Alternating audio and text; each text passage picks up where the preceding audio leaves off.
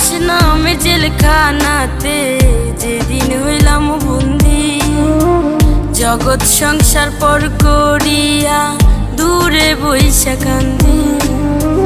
প্রবাস নামে জেলখানাতে যেদিন হইলাম বন্দি, জগৎ সংসার পর করিয়া দূরে বইসা কান্দি। মা বাপে